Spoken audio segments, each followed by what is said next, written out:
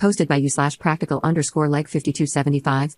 I'm posting this on a throwaway account because my husband knows my main account and I feel bad about bringing our problems to the internet, but I don't have anyone else I can turn to about this without risking things getting worse. I don't even know where to start with this. For some context, my husband, 38M, and I, 42F, have been together for nearly 16 years and married for 10. We met while he was passing through the city I lived in at the time for work-related reasons.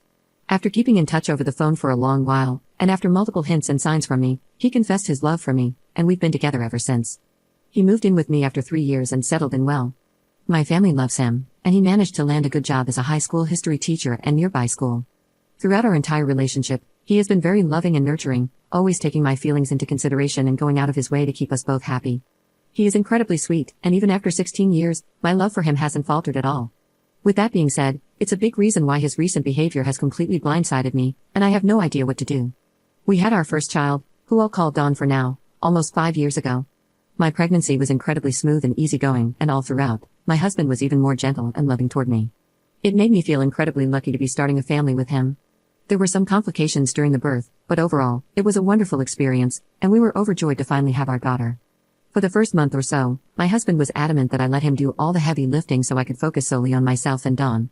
During this time, he took care of nearly all the house chores, with my parents and sister often stopping by to help with Dawn and other tasks, and made sure to spend time with Dawn whenever I needed a break.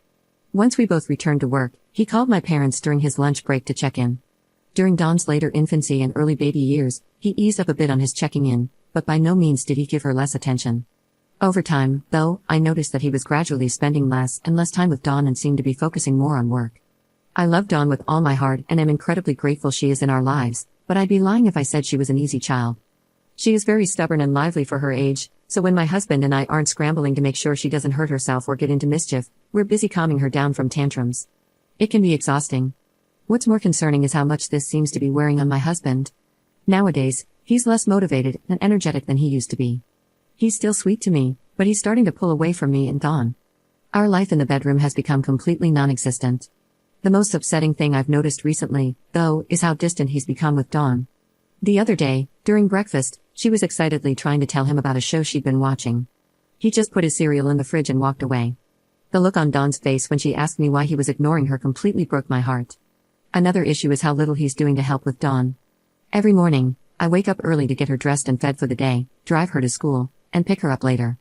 I take her to every doctor appointment, dentist visit, play date, and school event. It feels like the only time my husband spends with Dawn is after she gets home from school and when he makes dinner. This has led to many arguments where I ask him why he doesn't put more effort into his relationship with Dawn. He always gets defensive and never gives me a clear answer. What prompted me to post here was an argument we had earlier this week. I was about to take Dawn to the babysitter since no one would be home to care for her. I honestly can't remember how it started, but it quickly escalated. Many hurtful words were exchanged, and I'll admit that some of the things I said were out of line. He started ranting about how much he's done for our family and how hard this is for him. I interrupted, asking how it could be so hard for him when I'm the one doing everything related to Dawn. He snapped, saying that if it weren't for her, things wouldn't be this hard. After he said that, we both went quiet. I probably would have torn into him, but I was too shocked. He suddenly decided he needed to go for a walk to clear his head. I've been completely shaken since that argument. I thought he was happy and just going through a rough time. After that comment, though, I've been rethinking every aspect of our relationship since Dawn was born. I feel heartbroken and numb. I don't know where to go from here. My husband and I have hardly spoken since the fight, and honestly, I don't even know what I'd say. At this point, I'm drained. I love him very much, but if he doesn't start getting his act together, I'm not sure I can handle this much longer. What can I do? I can't imagine my future without him, and I don't want a divorce, but I'm stressed, exhausted, and trying not to cry myself to sleep tonight thinking about it. Update 2 days later. A lot has happened since I last posted, and honestly, I don't know where to begin. I guess I should start by saying that my husband and I are going to couples counseling, and I'm very optimistic about things returning to the way they were before everything started to boil over. I want to take a moment to thank everyone who commented and helped me understand what he and I are going through and how to navigate it. Someone even recommended an episode from a podcast that helped me a lot. I didn't expect this post to get so much attention, but I'm very grateful for everyone who left helpful and insightful advice. That being said, this update is going to be long, so apologies in advance. When I originally posted, the argument that sparked it had happened almost a week prior. Now, it has been a little over a week since that argument. The day after I posted, I decided to look into therapy and counseling for both my husband and me, as well as play therapist for Dawn. Some people suggested that her dysfunction wasn't normal and that she might be going through something, either related or unrelated to my husband's and my behavior. I spent the entire day making a list of what I needed and wanted to bring up during the talk I planned to have with my husband later that day. I was obsessing over what I wanted to say and how to say it, as many of you suggested being gentle with my wording and encouraging honesty and transparency. Dawn was sick and stayed home from school, so I alternated between preparing for the talk and taking care of her while my husband was at work. Around 12:30 p.m., I was getting some medicine for my daughter when my husband called me. I answered, and he asked how my day was going and if there was anything I needed him to do after work or when he got home. I was a little surprised since he hadn't called me during his lunch break in a long time, and I might have been imagining it, but it sounded like he'd been crying because his voice was raspy and quiet. We talked throughout his lunch break. I didn't bring anything up because I wanted to save the actual talk for when we were in person, and eventually, he had to go and hung up. I'll be honest, it made me worried.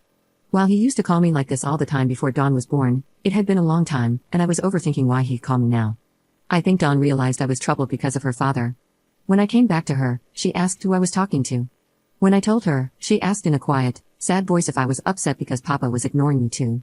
Now, I'm a very resilient woman, especially when it comes to putting on a brave face for my daughter. But when she said that, I felt so distraught and guilty about how aware she was of the situation and how she viewed her relationship with her father that I started crying, which made her cry too. While we hugged, I reassured her that her father loved her very much and was just having a hard time. She told me she didn't want him to be having a hard time. I took the opportunity to ask her if she was having a hard time. She admitted she was sad because she thought Papa didn't love her and wanted him to be happy again. We cuddled on her bed, and eventually, I fell asleep comforting her. When I woke up, the sun had already set. Dawn was still sleeping, and I could hear my husband watching something in our room. After making sure Dawn was tucked in, I went into our room. When my husband noticed me, he paused the show and asked how I slept. I told him I slept fine and asked how his day was. He said it was fine too. I joined him in bed, and he offered me a pillow for my back before unpausing the TV. It was awkward, there was something he wanted to tell me, and I needed to talk to him, but neither of us knew how to start. At some point, he laid his head on my lap, and I stroked his hair. He put his arm under my legs, and we sat in silence for a while, watching TV. Eventually, I decided we needed to talk, so I paused the TV and asked if we could. He hesitated and tensed up but said sure. I took a deep breath and tried to remember everything I'd written down earlier. I started by saying that I'd noticed him withdrawing and being distant for a few years now. After our argument a week ago, I was really worried. I didn't sugarcoat it. I wasn't hostile or accusatory, but I was clear that Dawn and I were being affected by his behavior, that it couldn't go on. I teared up a little, and at some point, he flipped around on my lap and hugged my stomach as I kept talking. I went on a bit of a rant about how tired I was, how I felt like he wasn't doing enough to help, and how I was worried about him. I brought up some of your points and mentioned that how he was acting toward Dawn was negligent and could set her up for a lifetime of pain if he didn't stop. I didn't feel good saying it, but he needed to understand the gravity of the situation. I could tell he started crying because his breathing hitched, and I felt my shirt get wet where his face was. He was trembling as he held me tighter. My husband is a very emotional man, though he doesn't cry often. Seeing him cry so silently while shaking so hard made me nervous and worried. I practically begged him to talk to me. At first, he clung to me in silence, and I thought he wouldn't answer. Then, in a choked voice, he said he was so sorry.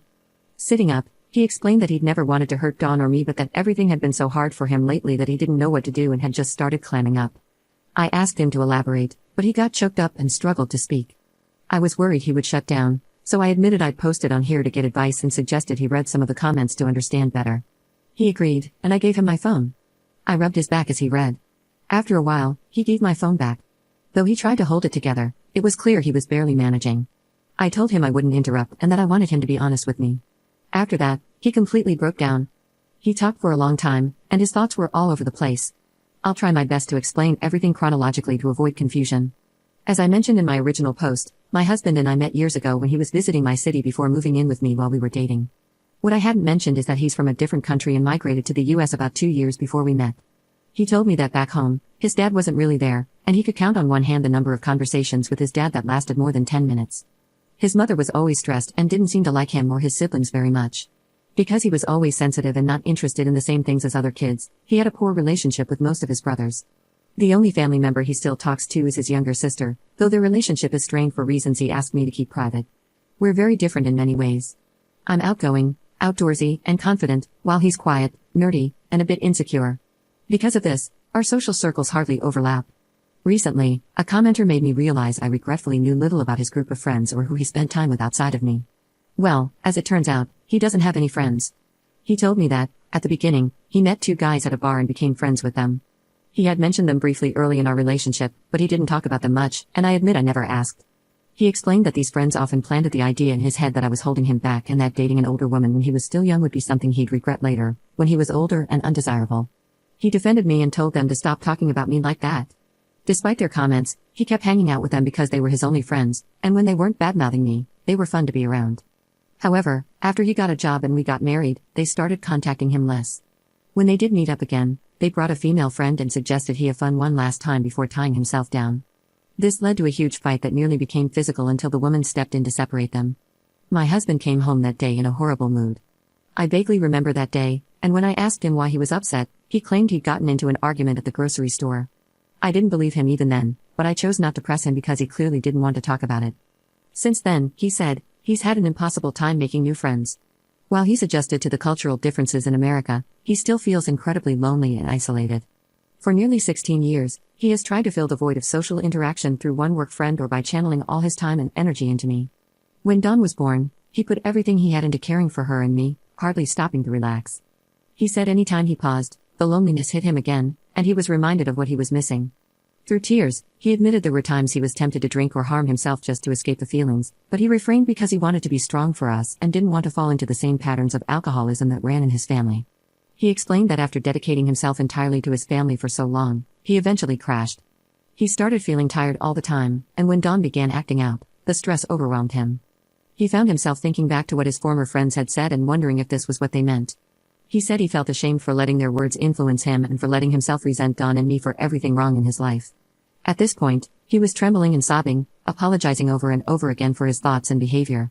He hugged me so tightly it hurt, and his breathing became erratic. It was clear he was spiraling, so I had to interrupt him, even though I promised not to, so he could calm down.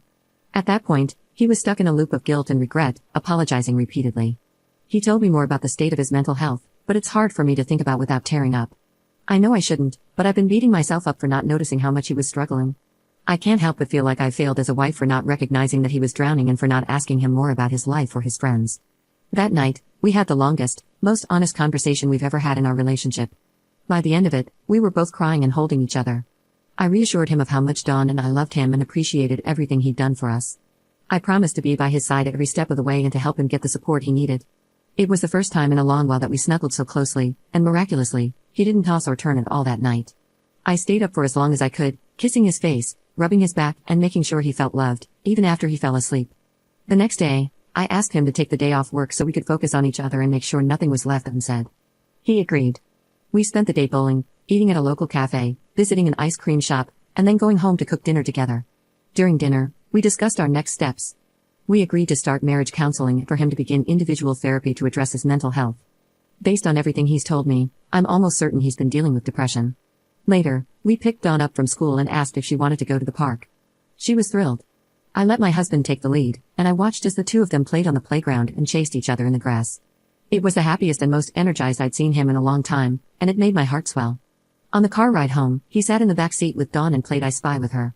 At one point, Dawn said very excitedly, "I'm so happy Papa loves me again." I could practically hear my husband's heart break. He went silent for a long time before hugging her tightly without saying a word. Dawn looked guilty for making him sad, and I think my husband noticed because, when we got home, he quickly excused himself to the bedroom for a moment before coming back out, trying to seem cheerful to lift her spirits. The rest of the day went smoothly. As I was getting ready for bed, I heard him in the next room telling Dawn how much he loved her, that he had never hated her, and that he never wanted her to think otherwise. He read her a bedtime story, and after she fell asleep, he came into our room. We talked for a while, and I told him how proud I was of him for being so open and for all he survived.